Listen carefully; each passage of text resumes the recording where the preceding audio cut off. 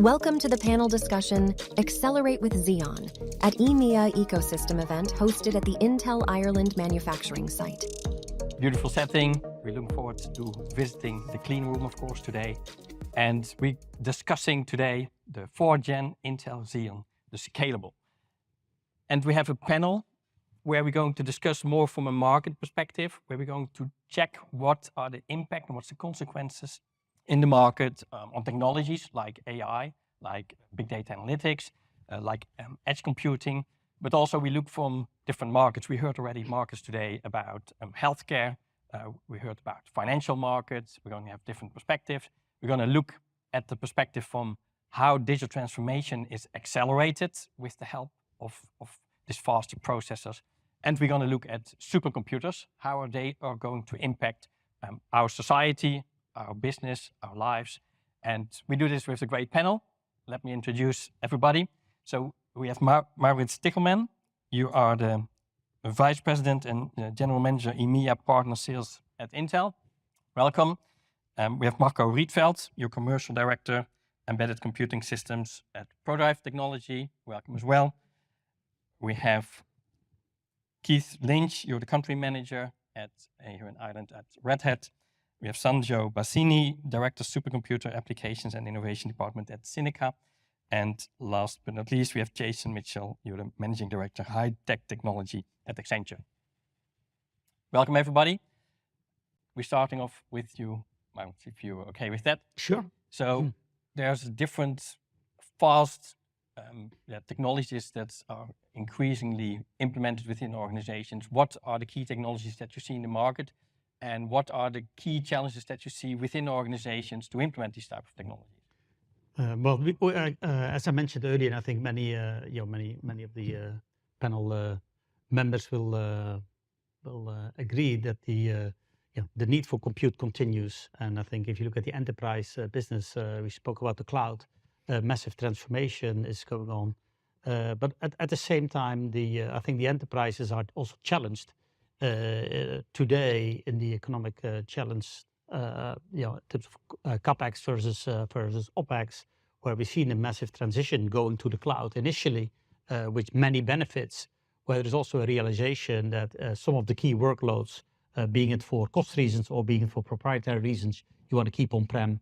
And I think many of the boardroom conversations are, how do we ensure we have the right balance as an organization when we talk about the digital transformation? What do we really want to do in terms of in the cloud versus on-prem, so the hybrid cloud solutions, and what are the cost implications?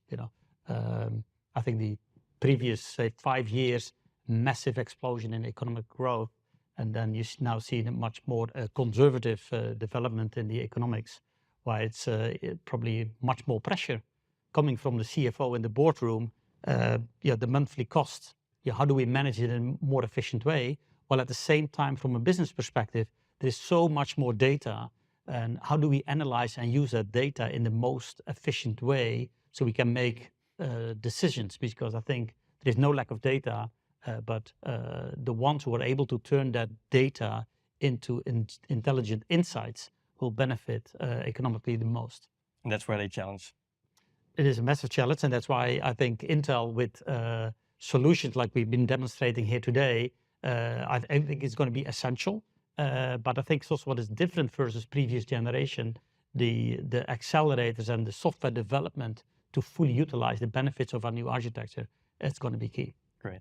And Marco, you were showing during your keynote a surgical room where a surgeon, for example, can vein the metal tubes into the veins. Can you take us with us? How was this happening, let's say, a couple of years ago, and how is it happening right now? Sure. Yeah. So if you take a look at the surgeon, I think the work what the surgeon actually did in the past and does today is completely different. And also it comes with a lot of challenges. So I think in every niche you will find your own challenge.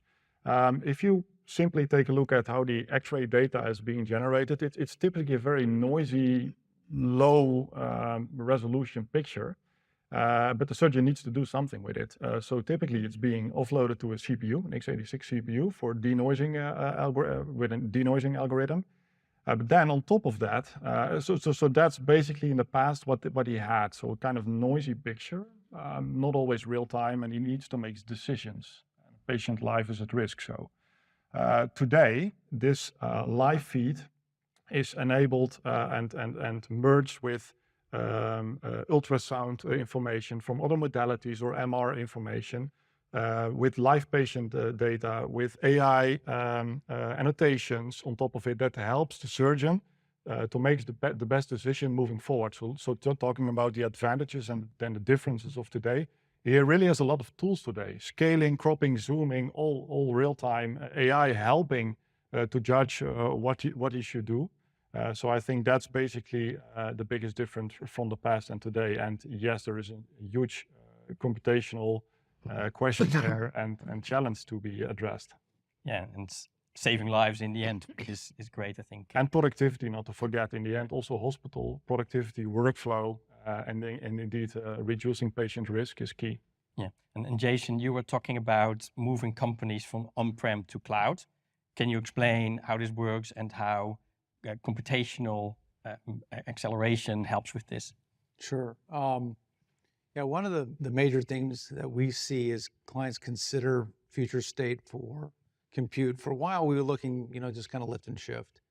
And that has some benefits. You can immediately get out of data centers that maybe you can reduce footprint and things like that. But as Marks was sharing, it didn't always work for everybody, and there's gravity to that data, right? And so as I start to think about where data is getting collected, where it needs to be processed, setting up a solid strategy up front and getting your executive team buy-out into that strategy is going to be important. Hey, where am I going to create the data? What are the dependent systems? Where do I process it? Where do I store it? And then therefore, how I can utilize the data better.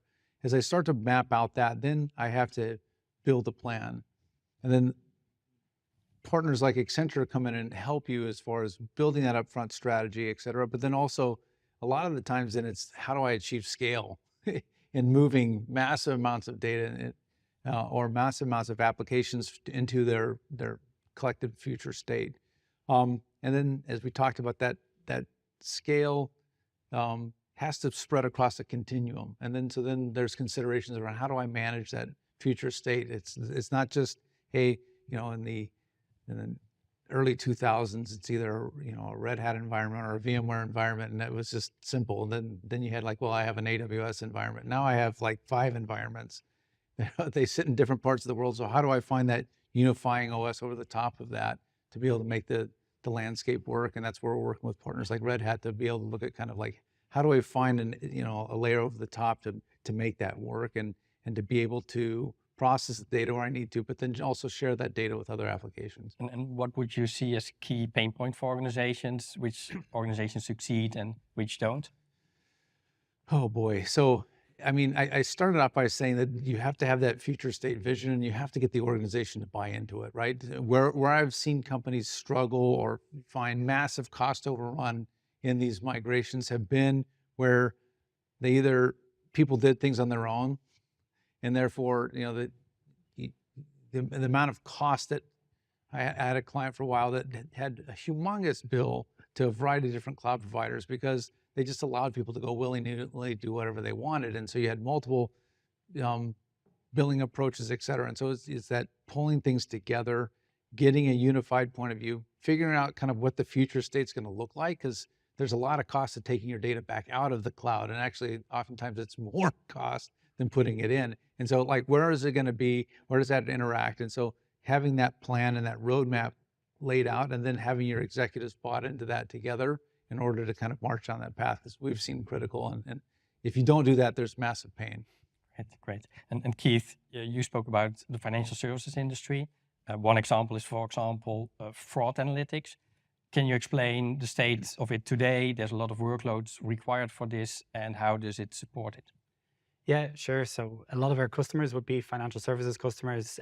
I've had the pleasure working very closely with I was about 10 years in the UK with Red Hat, so I worked very closely with banks like Barclays and Deutsche Bank, and knowing some of those banks and their teams, they would have taken, the banks are facing several kind of pressures at the moment. They've classically always been very early technology adapters. Banks have had, like, from checks to, credit cards. It's always like all these things are underpinned by technology, but they're being asked to look at new technologies and how they can apply them to serve their customers better. And they're also being asked at the same time to do less. So a lot of banks I talk to, even the banks in Ireland, sustainability is a big thing. So it's like, we want you to use all these new things, and we want you to do it by consuming less power. So like fraud detection, for example, will be one of the big ones. I've seen a lot of like big data teams have kind of transitioned into data science teams, and where they're using, AI and machine learning. That actually ends up being quite a large cluster. So when you've got technologies like AMX within that Intel are bringing in to help them get more productivity and optimizing how they use, that's helping them to reduce their power consumption and make these solutions just more accessible for their teams to bring into their customers, and had things like fraud detection, which helps all of us, and other technologies as well. Like they look at things like client onboarding and how to optimize for we all have apps these days on our phones. They're competing with the likes of Revolut and N26 and others, and being able to give customers insights into their spending habits and provide loan approvals in a faster time using machine learning models. All these things are really important. So being able to expose those things and enable teams to use them efficiently at not a large price tag is pretty important for them. And see you more financial institutions using these applications. Now it's more available, of course. I think, like, I've seen like the avant-garde guys, like the investment banking types and the propeller head teams. They've been doing this for quite some time, but I think you're getting to see it coming more into like retail banking, and yeah, it's definitely more prevalence. I'm seeing it here with banks in banks in Ireland, which are looking at it and looking at these technologies to bring these things to market. Great. And Sanjay, you work with the greatest supercomputers. It's often hard to imagine what is possible with a supercomputer and what not. Can you give me some examples? When do you need a supercomputer, and when can you have just, let's say, HPC computing? When there are big problems, you have to use a supercomputer. I will give a couple of examples, nevertheless. I mean, I could speak about Professor Bianchetti that demonstrate the gravitational waves. What would be the effect of the gravitational waves? Okay, so I mean, it's one of the most significant problems in physics. Or maybe I speak about Fabiola Giannotti, that will become the scientific director of CERN, and it was in the team for the discovering and demonstrate the presence of the boson of Higgs. So, I mean, that could be many other of this kind of example. But I would use a couple of examples that we had to face with respect to the solution of the problems. At a certain point, we were in the COVID pandemic. Okay, so it was the thread related to the vaccinations, but we cannot just considering that the vaccination will be the solution of the problem. Understand that there are mutations, there are not, and so we cannot be vaccinated, okay?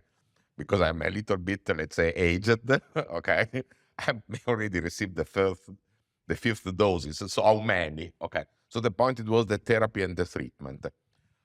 So we work with the pharmaceutical industries with respect of setting up platforms that it may do address the drug repurposing for what are the already known active principle that it can be reused with respect of new therapies.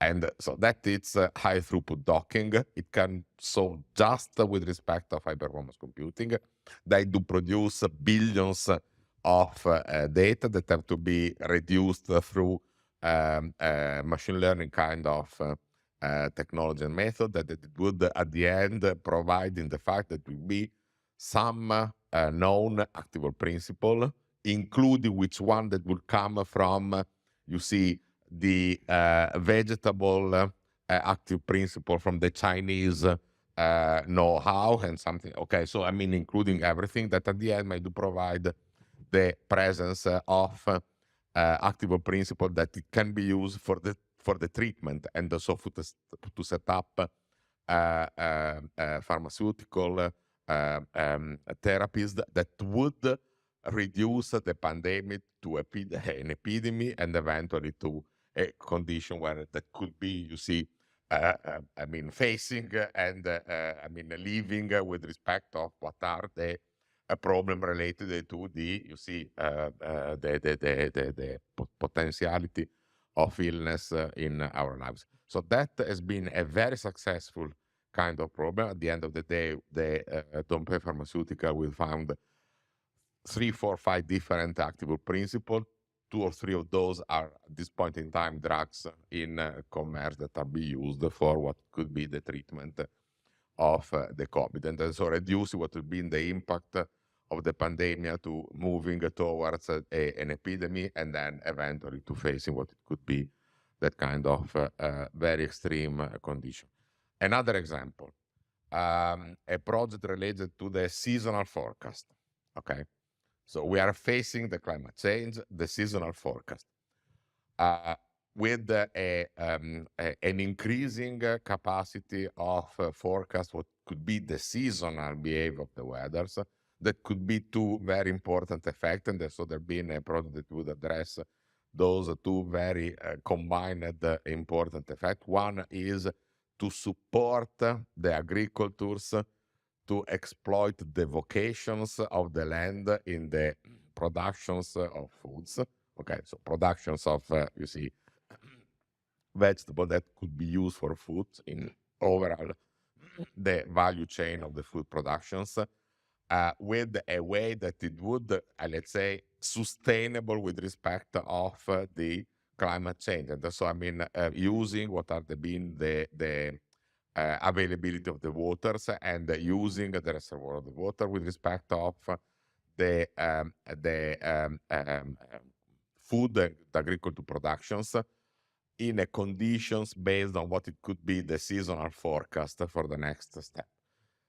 In combination, there been the brokering of the energies productions, either from the point of view of the cost of the energy, okay, which is a way for, impact what has been the crisis, which are still in progress, but the crisis has been determined by the war in Ukraine and also, the issues related to the availability of energies, and what it could be the productions of the energies in combination with, you see, the traditional energy production based on, you see, the hydrocarbons, the normal kind of way for producing energy, with the renewable sources that has a very complex and, you see, difficult way for managing.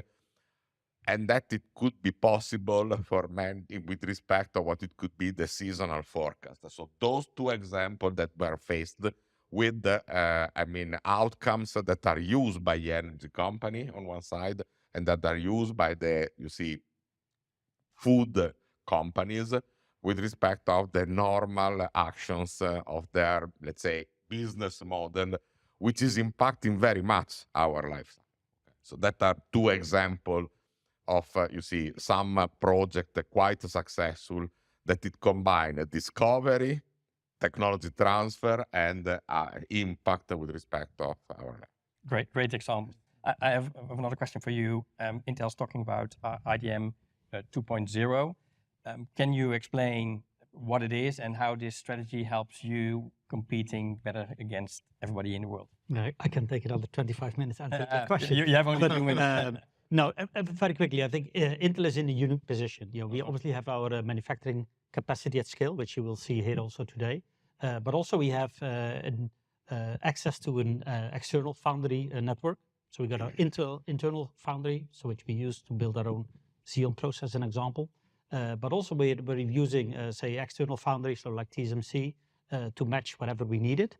And we have the software and the solutions to basically develop full platforms. So with IDM 2.0, I think the major benefit we have as a company, the uniqueness we have is we have all of those ingredients available to us.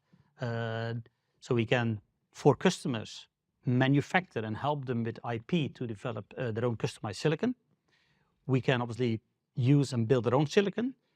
and we can matchmake. So you will see in future generations where we will start to use tiles. Basically, you have the silicon die, and you have multiple different silicon dials, or tiles as we call them, and you basically put them in one, say, package, which then allows you to make massive customization. And you can then use external foundry with internal foundry, with the package technology Intel has, is a unique differentiator. So I think for the longer term, we had a fantastic outlook in terms of being the leading company in providing solutions for the semiconductor world. And gives you much more flexibility and faster to market with many more.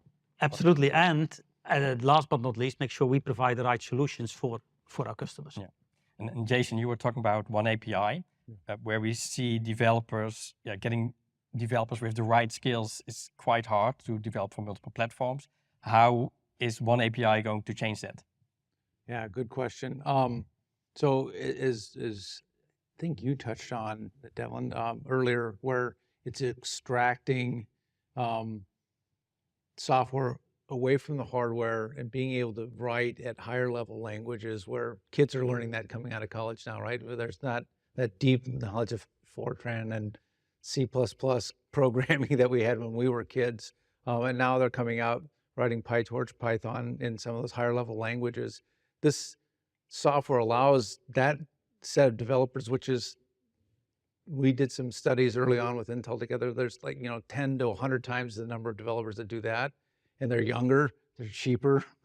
So it's pulling that in is one of the things that we're really, really excited about. Also, that continuum of being able to take advantage of future silicon, current silicon as you go forward, and be able to not have to relearn how to go program an FPGA or relearn how to go program something, an accelerator in the future, but learning once on how to code and then being able to translate that is an exciting piece for us. Yeah, I think we're at an exciting point with more processors, faster processors, which helps us in the domain of AI, whether it's big data analytics. We see in healthcare the examples, in the financial industry, help us building supercomputers, the exascale computers. I think it's a great move forward, and the number of use cases, they are basically endless.